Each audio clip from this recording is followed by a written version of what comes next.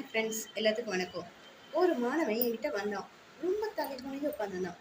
என்னதான் உன் பிரச்சனைன்னு கேட்டதுக்கு, வீட்டில் எல்லாரும் நீ எதுக்குமே லாக் இல்லாதவன், என்னை ரொம்ப சோம்பேறி, உனக்கு எதுவுமே தெரியாது, என்னை ஸ்கூலில் எல்லா இடத்துலையும் என்னை அப்படியே என்னை இது பண்ணுறாங்கன்ட்டு அவன் அப்படியே பேச முடியாமல் உட்காந்துருந்தான்.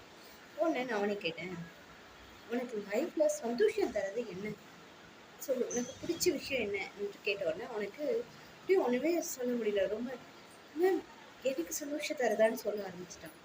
இதுல இருந்து நான் என்ன கத்துக்கிட்டேன்னா, ஒரு பசங்க கிட்ட நாம அவங்களுக்கு பிடிச்சது என்னன்னு நம்ம கேட்டு பழகுறப்ப அவங்க லைஃப் ஒண்ணு முன்னேறதுக்கு பார்ப்பாங்க.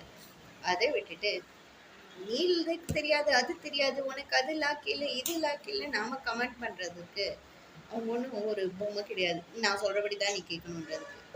அதனால உங்களுக்கு பிடிச்சது என்ன, உங்க லைஃப்ல உனக்கு என்ன தேவை, நீ எப்படி வளரணும் அப்படின்ற மாதிரி சொல்லி கொடுத்து பாருங்க. அவங்க அந்த ட்ரஸ்ட் பில்ட் பண்ணுறப்பயே அவங்க உங்களுக்கு வேண்டியதெல்லாம் செய்வாங்க. ஒரு நம்பிக்கையை உருவாக்குங்க ஒருத்தர்கிட்ட. நான் உனக்கு சப்போர்ட்டாக இருக்கேன், உனக்கு வேண்டியது செய்கிறதுக்கு நான் இருக்கேன், என்னை தவிர உனக்கு யாரும் இல்லை, நான் உன்னோடைய பெஸ்ட் ஃப்ரெண்ட் அப்படின்ற நினைப்பை மட்டும் குழந்தைங்களுக்கு கொண்டு வந்துருங்க.